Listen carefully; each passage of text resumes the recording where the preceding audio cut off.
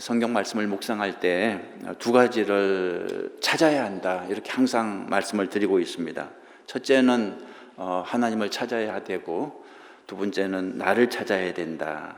오늘 성경 말씀에서 하나님을 찾아보시고 또 나를 찾아보시는 여러분 되시기 바랍니다. 첫 번째, 나를 한번 찾아볼까요? 오늘 성경에서 나를 한번 찾아보죠. 오늘 성경에는 나라는 단어가 굉장히 많이 나오고 있습니다. 16절을 한번 보시겠습니까?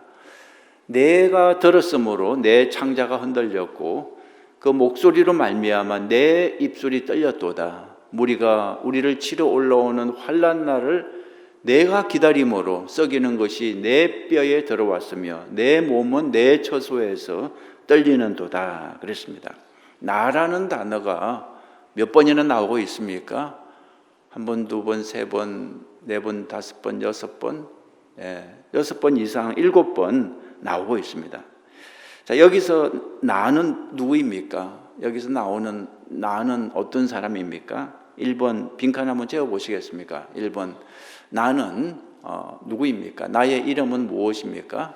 오늘 성경은 하박국서죠. 그래서 하박국 선지자입니다. 하박국은 사람 이름이죠. 선지자. 그 당시 이스라엘은 남북으로 분열된 상태였습니다. 하박국은 남쪽 유다에서 활동하던 선지자였습니다. 방금 읽은 이 16절 내용을 통해서 우리는 하박국 선지자가 지금 어떤 상황에 놓여 있는지 짐작할 수 있습니다. 막 창자가 흔들리고 입술이 떨리고 이런 표현 나오는 거 보니까 상당히 좋지 않은 상황인 것을 알 수 있습니다. 그 당시 연도는 BC 7세기 정도였습니다. 그 당시는 이스라엘이 남북으로 분열되어 있었는데 북이스라엘은 벌써 멸망했습니다. 아수르에게 공격을 받아서 BC 722년에 멸망당했습니다. 그런데 얼마 후에 아수르보다 훨씬 더 강력한 나라가 등장했는데 어떤 나라입니까? 바벨론이었습니다. 바벨론은 아수르를 정복하고 이어서 남유다를 노리고 있었습니다. 남유다는 바벨론에게 상대가 되지 않았습니다. 그 군사력을 비교하면 대학생하고 초등학생 정도밖에 되지 않았습니다. 16절에서 하박국 선지자가 이런 말을 하죠. 내가 들었으므로 내 창자가 흔들렸고 그 목소리로 말미암아 내 입술이 떨렸다 그랬습니다. 도대체 무슨 소리를 들었기에 이토록 창자가 흔들리고 이토록 무서움에 떨게 된 것일까요? 자, 2번 보시면 나 하박국이 들은 것은 무엇입니까? 나 하박국이 들은 것은 무엇입니까? 빈칸 채워보시죠. 하박국이 들은 것은 이 나라가 유다를 향해 쳐들어오고 있다는 그런 소문이었습니다. 어떤 나라입니까?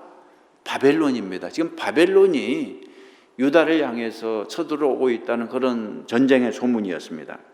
그 당시 바벨론의 그 기병대는 강하고 잔인하기로 소문이 나 있었습니다. 유다 나라는 이 바벨론 기병대를 이길 수 있는 힘이 전혀 없었습니다. 그래서 이제는 망했구나, 이제 우리는 다 죽었구나, 마치 창자가 뒤틀리듯이 무서움을 느낀 거죠. 입술이 떨리고 뼈가 썩는 것 같은 아픔을 느낀 것입니다. 우리가 흔히 경험하는 것이지만 여러분, 안 좋은 일은 한꺼번에 몰려오지 않습니까? 하박국 선지자는 계속되는 어려움을 다음과 같이 표현했습니다. 17절을 보시겠습니까? 비록 무화과 나무가 무성하지 못하며 포도나무에 열매가 없으며 감람나무에 소출이 없으며 밭에 먹을 것이 없으며 우리의 양이 없으며 외양간에 소가 없을지라도 그랬습니다. 상황이 아주 좋지 않은 것을 알 수 있습니다. 없고 또 없는 상황이었습니다. 이걸 하나 카운트해 보니까 무려 6가지가 없는 상황이었습니다. 빈칸을 한번 채워보시죠. 첫 번째, 무슨 나무가 무성하지 못했다 그랬습니다. 두 번째, 무슨 나무에 열매가 없었습니다. 세 번째, 무슨 나무에 소출이 없었습니다. 계속해서 이렇게 없고 없는 그런 상황이었습니다. 그 빈칸을 한번 채워보시죠. 첫 번째, 무화과 나무가 무성하지 못했습니다. 두 번째, 포도나무에 열매가 없었습니다. 세 번째, 감람나무에 소출이 없었습니다. 이스라엘에서 3대 나무라 그러면 이 무화과 나무, 포도나무, 감람나무입니다.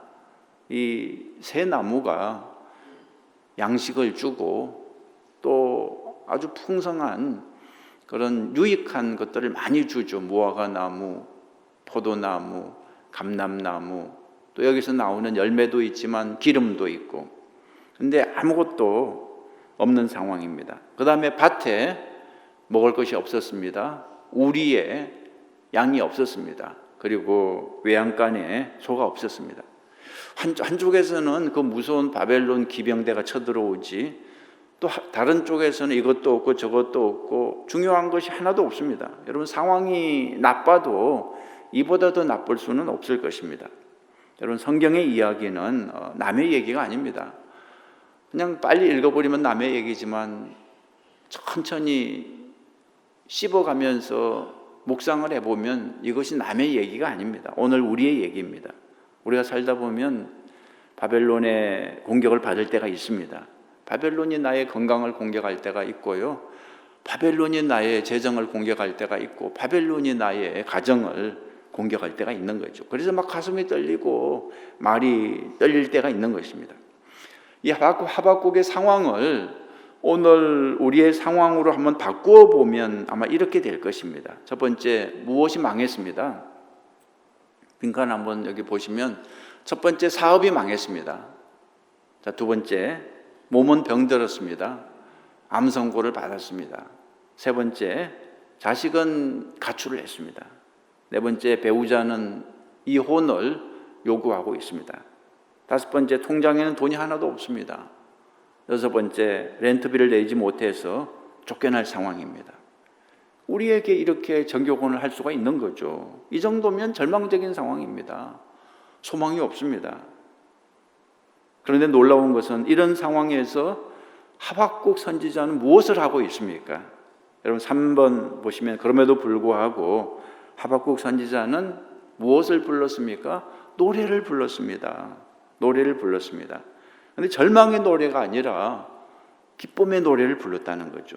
여러분, 18절을 보시겠습니까? 18절 우리 같이 읽어볼까요?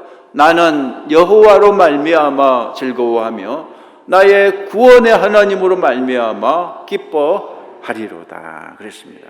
여러분, 두 단어를 잘 보세요. 즐거워하며 기뻐하리로다. 즐거워하며 기뻐하리로다. 지금 이 단어들은 이 하박국의 환경에서 도저히 어울리지 않는 단어들입니다. 지금 하박국에 어울리는 단어는 무엇입니까? 슬퍼하고 괴로워하고 이런 단어가 어울리죠. 누가 봐도 절망적인 환경인데 어떻게 즐거워하고 기뻐할 수가 있을까? 도대체 비결이 무엇입니까? 어떻게 해서 이 하박국 선지자는 이런 상황에서 즐거워하고 기뻐할 수 있습니까?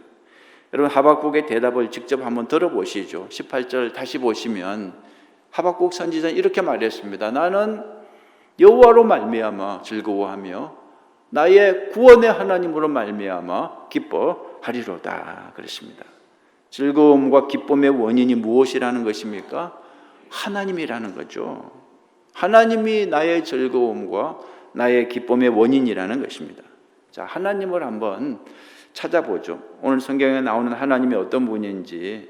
자, 하나님은 첫째, 하나님이 우리에게 주시는 가장 큰 복은 무엇입니까? 하나님이 우리에게 복을 주시는데요, 하나님이 우리에게 주시는 가장 큰 복은 무엇일까?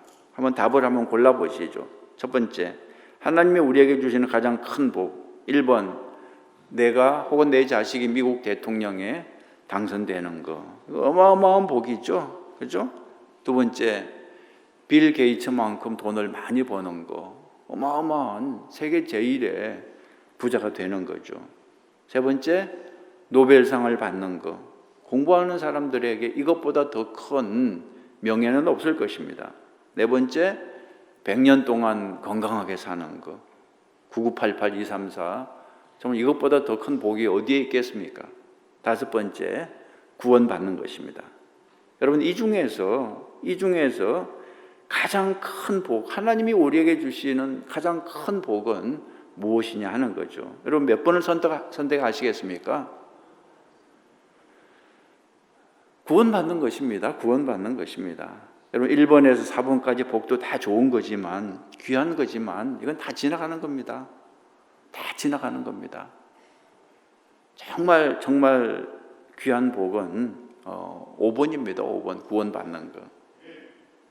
1번까지 4번까지 1번에서 4번까지 여러분 놓치고 싶지 않겠지만 그 복도 받으세요. 그 복도 받으시고, 그런데 그래도 5번에 비교할 수는 없습니다. 1, 2, 3, 4 복을 다 합한다 해도 5번의 복에는 비교할 수가 없는 것입니다. 1, 2, 3, 4의 복을 혹 못 받는다 해도 여러분 5번의 복만 받을 수 있다면 그걸로 충분히 감사한 것입니다. 1, 2, 3, 4의 복을 다 받는다 해도 5번의 복을 받지 못한다면 그 인생은 불쌍한 인생이요, 실패한 인생이 되는 것입니다. 여러분 저는 목사이기 때문에 장례식을 인도할 기회가 종종 있죠. 장례식을 인도할 때 제가 제일 궁금한 것은 정말 딱 한 가지밖에 없습니다. 어떤 분이 돌아가셨을 때 제가 궁금한 것은 딱 한 가지죠. 그분이 얼마나 돈을 많이 벌었느냐 하나도 궁금하지 않습니다. 그분 통장에 몇 천만 불이 있느냐 하나도 궁금하지 않습니다. 그분이 얼마나 높은 자리에 올라갔느냐 전혀 궁금하지 않습니다. 그분을 마지막으로 평가할 때 가장 중요한 것은 오직 한 가지밖에 없습니다. 이분이 구원받았는가? 그것밖에는 중요한 게 없습니다. 구원받은 사람의 장례식은 잔칫집과 같습니다. 잠깐 몸이 헤어지는 것은 섭섭하지만 아무것도 아닙니다. 그 영혼이 좋은 곳으로 천국으로 가셨으니까 기쁘고 즐거운 일이 되는 거죠. 그러나 구원받지 못한 사람의 장례식은 말 그대로 초상집이 되는 거죠. 이제는 모든 구원의 소망이 끊어진 것입니다. 이제 남은 것은 영원한 고통이기 때문에 할 말이 없습니다. 그 인생이 너무나 가련한 거죠.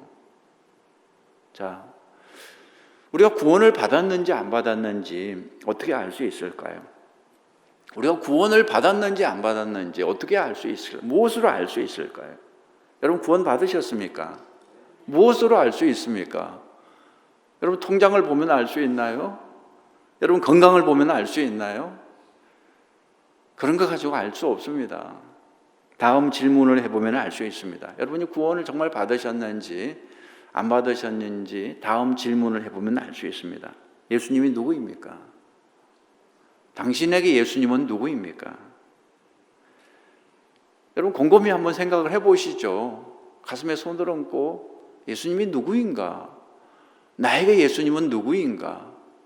나에게 예수님은 얼마나 중요한 분인가? 아까 1번에서 5번까지 많은 축복들하고 한번 비교해 보시죠. 예수님은 나에게 얼마나 중요한 분인가? 1번의 복보다 중요합니까? 2번의 복보다 중요한가요? 3번의 복보다 중요한가요? 4번의 복보다 중요한가요? 여러분 구원받지 못한 사람은 뭐라고 대답을 할까요? 예수님이 누구입니까? 당신에게 예수님이 누구입니까? 이렇게 질문하면 구원받지 못한 사람은 기껏해야 예수님 훌륭한 분이죠. 아주 존경할 만한 분이죠. 그렇게 대답합니다. 여기서 끝나버리면 그 사람은 구원받지 못한 것입니다. 여러분 구원받은 사람은 어떻게 반응을 할까요? 예수님이 누구입니까? 당신에게 예수님은 누구입니까? 이렇게 질문할 때 구원받은 사람 마음에는 감사가 있습니다. 감사가 있습니다. 예수님 하면 눈물이 날 정도로 정말 가슴이 터질 정도로 감사가 있는 거죠. 날 구원하신 주 감사. 나 같은 죄인을 위해서 나 대신 죽으신 예수님을 생각할 때 어떻게 감사한 마음이 생기지 않을 수가 있겠습니까? 여러분 구원받은 사람은 예수님을 생각할 때 말할 수 없는 감사가 느껴지는 것입니다. 오늘 스스로 한번 질문해 보십시오. 예수님은 누구인가? 예수님은 나에게 누구인가? 내 인생의 예수님은 어떤 분인가? 예수님을 생각할 때 감사한 마음이 들어야 구원받은 사람이 되는 것입니다. 여러분 감사를 보면 그 사람을 알 수 있습니다. 감사를 보면 그 사람의 신앙을 알 수 있습니다. 다른 걸로는 잘 몰라요. 하도 변장을 잘해가지고 다른 걸로는 그 사람의 믿음을 참 알기 어렵습니다. 근데 감사를 보면 알 수 있습니다. 여러분, 구원받은 사람은 감사를 숨길 수 없습니다. 감사가 없는 사람은 구원받지 못한 사람이라고 말할 수 있습니다. 여러분, 누가복음에 보면 예수님의 비유 중에 다음과 같은 비유가 있습니다. 누가복음 7장 41절인데요. 빚주는 사람에게 빚진 자가 둘이 있다 그랬습니다. 하나는 500데나리온을 빚졌고요. 다른 사람은 50데나리온을 빚졌다 그랬습니다. 갚을 것이 없는 상황입니다. 둘 다 탕감하여 주었습니다. 면제해 주었다는 거죠. 안 갚아도 된다. 그렇게 말해 주었습니다. 자, 그러면 둘 중에 누가 저를 더 사랑하겠느냐? 예수님의 질문입니다. 예수님이 이런 질문을 하셨어요. 지극히 짧은 비유 말씀인데, 한 사람은 500데나리온의 빚을 빚졌고 한 사람은 50데나리온의 빚을 빚졌는데 두 사람 다 면제받았습니다. 누가 더 고마워하겠느냐?